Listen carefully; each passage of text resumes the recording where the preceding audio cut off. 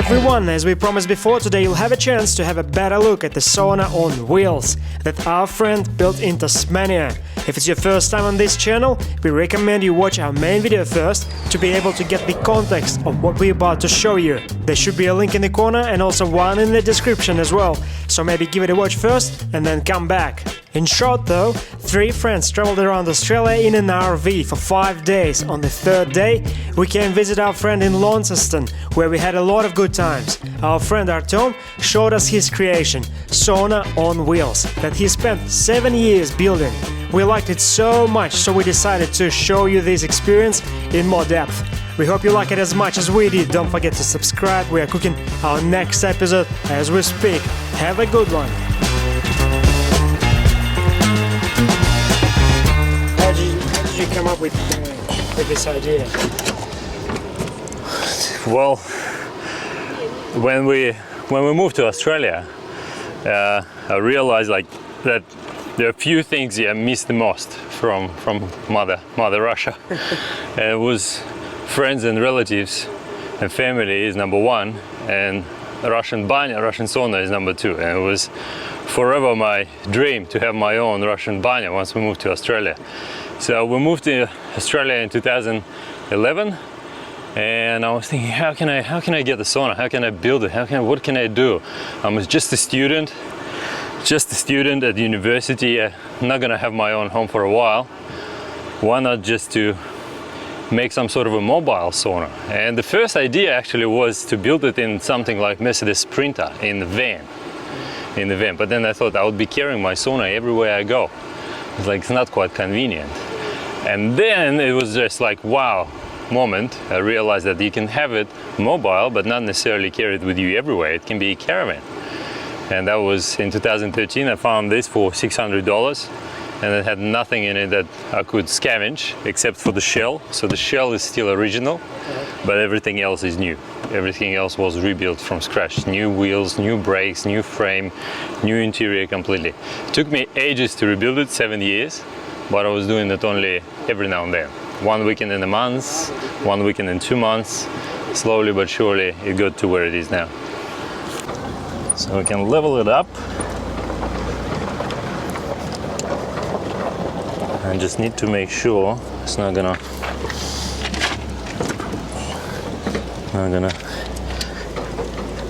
go into Turok.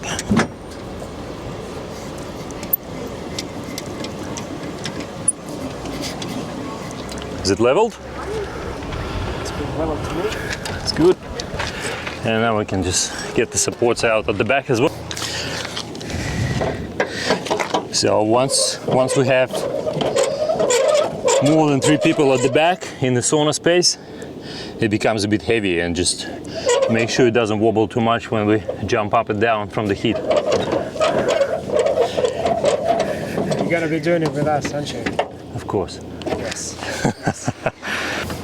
We are in a position. I'm just gonna put the last bit of support.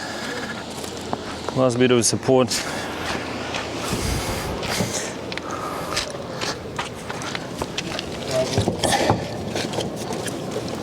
it just like a redundancy? Yeah, just sort of additional support so it doesn't wobble too much. So when I started building it, the idea from the beginning was that you need to have a sauna space, and it's absolutely critical that you have a space inside where you can sit down, have a tea, and create that a little bit of a conversation and a connection going with the people who you sort of share the sauna with. And that's very important. So I wanted it to be nice, comfortable. Interestingly, the lining, which was done one of the last at the end, is the old fence from my property in Perth. So that fence got demolished, and I had to put it through the planer, take a couple of mils off, and it brought out this beautiful character. This is old Tasmanian oak tree. Pretty heavy. It is, it should be heavy, eh? Yeah, and inside we have the lining in the actual sauna is from a Baltic pine. Where did you get Baltic pine from? Had to be imported. Yes, of course. Yeah, had to be imported. So there are a couple of timber shops locally who do a bit of a timber. This is the firewood heater. Firewood heater, it's special, designed for a sauna. I actually designed it myself as well. I used one of the best heaters that I could find in Russia as an example, and I sort of found the drawings of that heater and modified them to something to suit to what I like. And as you can see, I went a little bit oversized. Yeah. And decided it's better too hot than not enough. Yeah. A little bit too big than not enough. Put less wood. That's right, that's right. So it's certainly oversized, and I will try to maintain the heat so you don't get burned today. It's not going to be cold. Nice. I'll make sure that. So, and then the next step was, well, we have a sauna space, we have a heater, we have a space where to rest, how to make it a little bit more universal. So this area here converts into double-sized bed, and you can see there's a mattress ready to go, just in case you're somewhere camping. So you could potentially go somewhere, experience sauna, and then just turn it into bed. Exactly. And it still is warm. Exactly. He can ultimately he can go to mountains where it's snowy. Have you had any offers? No. No. No one. No. Well, no one's brave enough to offer that because they know I'm not going to sell it. Yeah. Because they know I'm not going to sell it. So, and then to make it a little bit more comfortable, I started to think, how can I add it and modify it? So I built a water tank. There's a water system, and there's actually a kitchenette as well that I'm about to show you, because we'll need to set up a tea and a kettle. There's a solar panel that charges the battery, and this battery runs the water pump and all the lighting in this area. So it's actually enough light at night if you need to. Wow.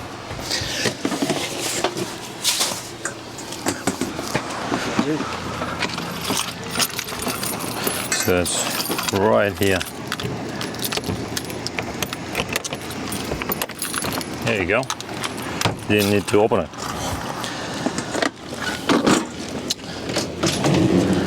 And it slides out, and we get a kitchen. This folds out. This comes up, and all we need to do is just to press the button, and we've got the water. Quite a lot of thinking. Yeah. Put into it. Did you figure out it yourself, or did you use some guidance from someone? No. Internet, I assume? Just myself. Google? Just myself. Just yourself? Just myself. So Google asked you. That's right. And I mean, this caravan is absolutely unique. I don't think there is another one like this in the world.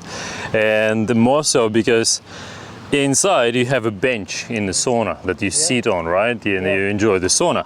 But underneath there was some space that you could utilize, and you could do something with that space. I didn't want that space to be empty and not used.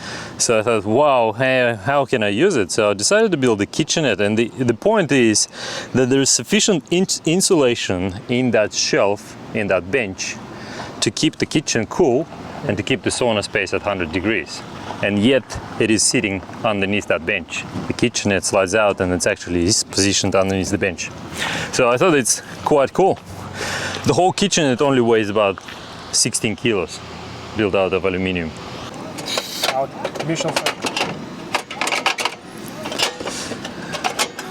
Nice.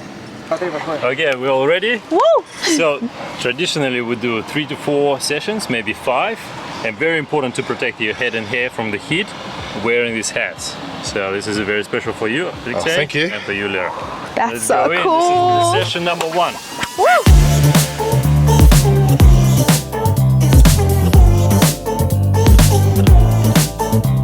So with the Russian banya, we're trying to stick to about 4 sessions. Each session is about 10-15 minutes. So it depends on how people feel. It may be a little bit shorter, it may be a little bit longer. But after the first one and after the last one, we try not to cool down too quick. Don't have this rapid cooling. We stay warm, we cover ourselves in towels, and and have a tea, have hot tea, have a drink, just relax and enjoy, and keep this warmth inside. And after the second and the third, we have this thermal shock. We try to cool down as quick as possible, have this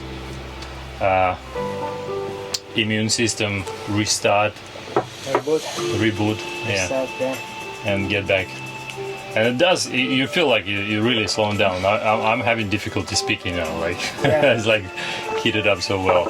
You're now at my usual level. That's right. It's like natural high.